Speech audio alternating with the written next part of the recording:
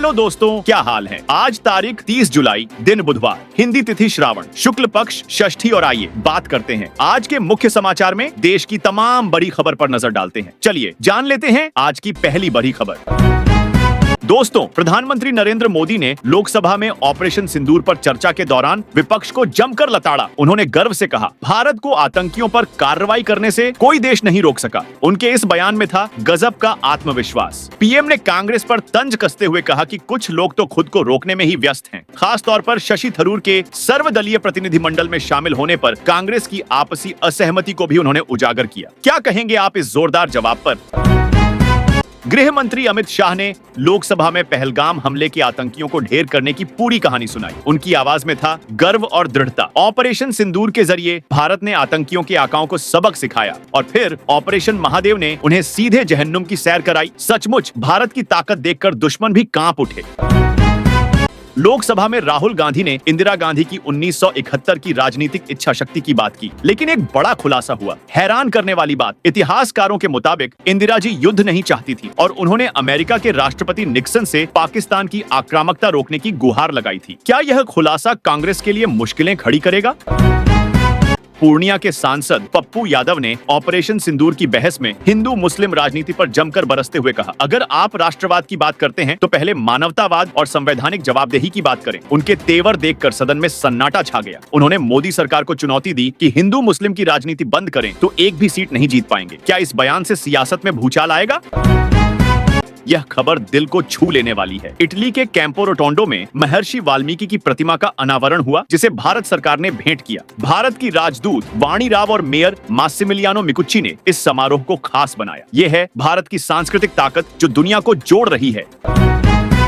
ध्यान दीजिए, यह है गर्व का पल। इसरो और नासा का संयुक्त मिशन NISAR आज अंतरिक्ष में उड़ान भरेगा। $1.5 अरब की लागत वाला यह मिशन दुनिया को नई ऊंचाइयों पर ले जाएगा। इसका सीधा प्रसारण आप घर बैठे देख सकते हैं। लॉन्च टाइमिंग और लिंक हम स्क्रीन पर दिखा रहे हैं, तो तैयार रहिए। वयम रक्षामः के नारे के साथ भारतीय कोस्ट गार्ड ने एक और फास्ट पेट्रोल वेसल अटल को समंदर में उतारा। इसी के साथ 22 और FPV जल्द शामिल होंगे। 26 नवंबर के बाद से तटीय सुरक्षा को और मजबूत करने के लिए स्वदेशी ताकत बढ़ रही है। यह है भारत की समुद्री शक्ति। एक दुखद खबर, भारतीय मूल के प्रख्यात अर्थशास्त्री लॉर्ड मेघनाथ देसाई का 85 वर्ष की आयु में निधन हो गया। पीएम मोदी ने उन्हें भारत ब्रिटेन संबंधों का स्तंभ बताते हुए श्रद्धांजलि दी। पद्म भूषण से सम्मानित देसाई का योगदान हमेशा याद रहेगा।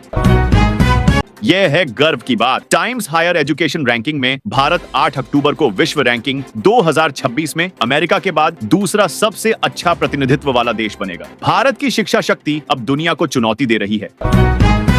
यह खबर परेशान करने वाली है। बांग्लादेश में एक हिंसक भीड़ ने हिंदू समुदाय के लगभग 2 दर्जन घरों को तहस नहस कर दिया। ये हिंसा एक फेसबुक पोस्ट के बाद भड़की। अंतरिम सरकार ने मरम्मत के आदेश दिए हैं, लेकिन क्या यह कदम पर्याप्त होगा?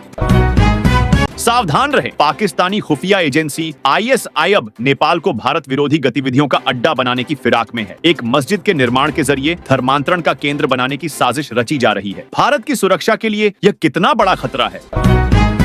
चीन से आ रही दिल दहलाने वाली खबर, मूसलाधार बारिश और बाढ़ ने 38 लोगों की जान ले ली, जिसमें 30 लोग अकेले बीजिंग में मारे गए। 80,000 से अधिक लोगों को सुरक्षित स्थानों पर ले जाया गया। प्रकृति का यह प्रकोप कितना भयानक है। यूक्रेन से दिल दहलाने वाली खबर, रूस ने जेल और अस्पताल पर मिसाइल हमले किए, जिसमें 22 लोगों की जान चली गई। राष्ट्रपति ट्रंप की चेतावनी के बावजूद रूस रुकने का नाम नहीं ले रहा। यूक्रेन के जपोरिज्जिया में 17 कैदियों की मौत हुई। यह युद्ध कब रुकेगा? किसानों के लिए खुशखबरी, पीएम किसान सम्मान निधि की 20वीं किस्त का इंतजार खत्म। 2 अगस्त को काशी से पीएम मोदी 2-2 हजार रुपए किसानों के खाते में भेजेंगे। किसानों की चांदी होने वाली है। ध्यान दें, 1 अगस्त से UPI पेमेंट के नियम बदल रहे हैं। अब 24 घंटे में सिर्फ 50 बार बैलेंस चेक कर सकेंगे। हर सफल भुगतान के बाद बैलेंस दिखेगा। NPCI के नए नियम लेन देन को और सुरक्षित बनाएंगे। महिलाओं के लिए बड़ी राहत, योगी सरकार ने 1 करोड़ रुपए तक की संपत्ति रजिस्ट्री पर 1% स्टाम्प ड्यूटी की छूट दी। यह कदम महिलाओं की आर्थिक स्वतंत्रता को बढ़ाएगा। हिमाचल से राहत की खबर, सुक्खू सरकार आपदा पीड़ितों को 1 से 7 लाख रुपए मकान बनाने के लिए देगी। 3 सदस्यीय कमेटी नुकसान का आकलन करेगी, लेकिन सरकारी जमीन पर बने मकानों को मुआवजा नहीं मिलेगा। हैरान करने वाली खबर, आंध्र प्रदेश के श्री सत्यसाई जिले में SBI बैंक से चोरों ने 10 किलो सोना और 38 लाख रुपए लूट लिए। सुरक्षा में खामी के कारण चोरों को मौका मिला, पुलिस जांच में जुटी है। बिहार के किसानों के लिए खुशखबरी, नमामि गंगे योजना के तहत 12 गंगा किनारे के जिलों में 23 करोड़ 56 लाख रुपए जैविक खेती के लिए मंजूर हुए। प्रति हेक्टेयर 16,500 रुपए का अनुदान मिलेगा। दिल्ली की महिलाओं के लिए बड़ी खबर, रेखा सरकार ने महिलाओं को नाइट शिफ्ट में काम करने की इजाजत दी। सख्त नियमों के साथ यह कदम महिलाओं को लचीलापन देगा। कलबुर्गी से चौंकाने वाली खबर, कर्नाटक सेंट्रल यूनिवर्सिटी में एक प्रोफेसर पर छात्राओं को हिजाब पहनने के लिए मजबूर करने का आरोप। विश्वविद्यालय ने जांच के लिए समिति बनाई है। पुरी से राहत की खबर, भारतीय पुरातत्व सर्वेक्षण ने साफ किया कि जगन्नाथ मंदिर के रत्न भंडार में कोई छिपा कक्ष नहीं है। GPR सर्वे ने इसकी पुष्टि की। संरक्षण कार्य 2 चरणों में पूरा हुआ। सनसनीखेज खबर, आगरा दिल्ली हाईवे पर नकाबपोश बदमाशों ने 75 किलो चांदी की राखी लूटी और कारोबारी के बेटों का अपहरण किया। पुलिस ने पीछा किया, लेकिन बदमाश फरार, जांच जारी है। फतेहाबाद से राहत की खबर, जाखल रेलवे स्टेशन पर मालगाड़ी का गार्ड डिब्बा पटरी से उतरा, लेकिन बड़ा हादसा टल गया। रेलवे ने जांच शुरू की, यातायात सामान्य करने की कोशिश जारी। बिहार के लिए बड़ी खबर, 125 यूनिट मुफ्त बिजली योजना में हर घरेलू उपभोक्ता को ऊर्जा शुल्क, फिक्स्ड चार्ज और बिजली शुल्क मुफ्त मिलेगा। विद्युत विभाग ने हर संशय दूर किया। रेल यात्रियों के लिए अच्छी खबर, दिल्ली हावड़ा रूट पर तीसरी लाइन तैयार। ट्रेनें अब 160 किलोमीटर प्रति घंटे की रफ्तार से दौड़ेंगी। प्रयागराज PDDU खंड का संरक्षा निरीक्षण पूरा।